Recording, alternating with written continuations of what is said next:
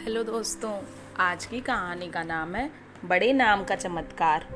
एक समय की बात है, एक वन में हाथियों का एक झुंड रहता था। उस झुंड का सरदार चतुरदंत नामक एक विशाल, पराक्रमी, गंभीर व समझदार हाथी था। सब उसी की छत्र छाया में सुख से रहते थे। वह सबकी समस्याएं सुनता, उनका हल निकालता, छोटे बड़े सबका बराबर ख्याल रखता था। एक बार उस क्षेत्र में भयंकर सूखा पड़ा। वर्षों पानी नहीं बरसा। सारे ताल तलैया सूखने लगे। पेड़ पौधे कुंभला गए और धरती फट गई। चारों ओर हाहाकार मच गई। हर प्राणी बूंद बूंद के लिए तरसता गया।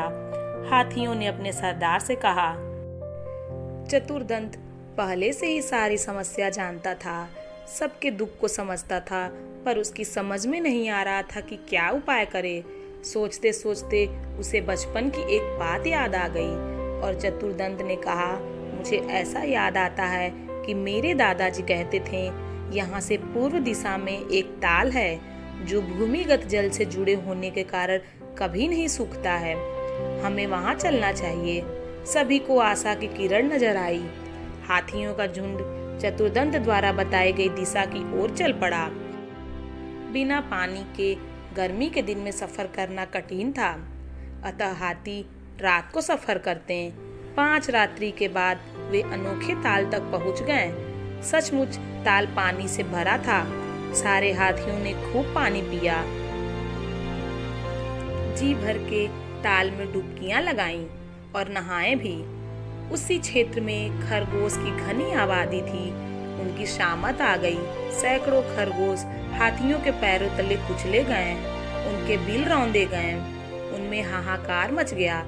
बचे हुए खरगोश ने एक आपातकालीन सभा की। एक खरगोश बोला, हमें यहाँ से भागना चाहिए। एक तेज स्वभाव वाला खरगोश भागने के हक में नहीं था।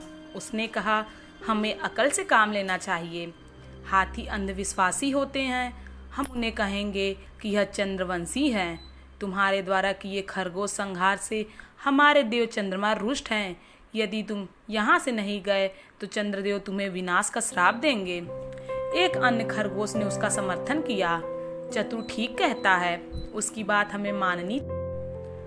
लंबकर्ण खरगोश को हम अपना दूत बनाकर चतुरदंत के पास भेजेंगे। इस प्रस्ताव पर सब सहमत हो गए। लंबकर्ण एक बहुत चतुर खरगोश था। सारे खरगोश समाज में उसकी चतुराई की धाक थी। बातें बनाना भी उसे खूब आता था। बात से बात निकालने में उसका जवाब नहीं था। जब खरगोशों ने उसे दूत बनाकर जाने के लिए कहा तो वह तुरंत तैयार हो गया। खरगोशों पर आए संकट को दूर करके उसे प्रसन्नता ही होगी। लंबकर्ण खरगोश चतुरदंत के पास पहुंचा और दूर से ही एक चट्टान पर चढ़कर बोला, गजनायक चतुरदंत, मैं लंबकर्ण चंद्रमा का दूत उनका संदेश लेकर आया हूँ। चंद्रमा हमारे स्वामी हैं। चतुरदंत ने पूछा, भाई क्या संदेश लाए हो तुम? लंबकर्ण बोला, तुमने खरगोश समाज को बहुत हानि पहुंचाई है।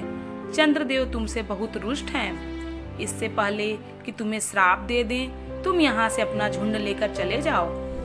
चतुरदंत को विश्वास न हुआ। उसने कहा, चंद्रदेव कहाँ हैं? मैं खुद उनके दर्शन करना चाहता हूँ। लंबकर्ण बोला, उचित है। चंद्रदेव असंख्य मृत खरगोशों को श्रद्धांजलि देने स्वयं ताल में पधार कर बैठे हुए हैं।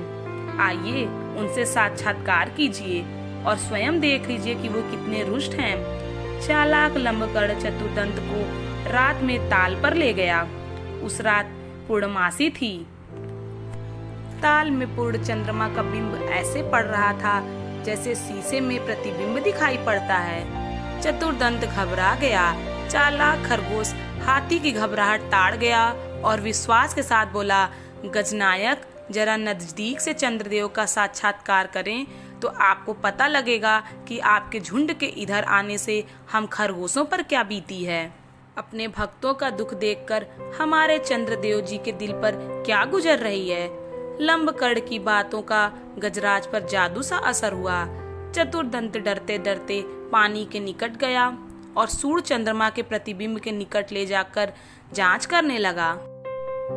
सूंड पानी के निकट पहुंचने पर सूंड से निकली हवा से पानी में हलचल हुई और चंद्रमा का प्रतिबिंब कई भागों में बट गया और विकृत हो गया। यह देखते ही चतुर्दंत के होश उड़ गए। वह हड़बड़ाकर कई कदम पीछे हट गया। लंबकड़ तो इसी बात की ताक में था। वह चीखा, देखो, आपको देखते ही चंद्रदेव कितने रुष्ट हो गए। वह क्रोध से कांप रहे हैं और गुस्से से फट रहे हैं। आप अपनी खैर चाहते हो तो अपने झुंड के समेत यहाँ से शीघ्र अतिशीघ्र प्रस्थान करें, वरना चंद्रदेव पता है नहीं क्या श्राप दे देंगे। चतुर्दंत तुरंत अपने झुंड के पास लौट गया और सबको सलाह दी कि उनका यहाँ से तुरंत प्रस्थान करना ही उचित होगा।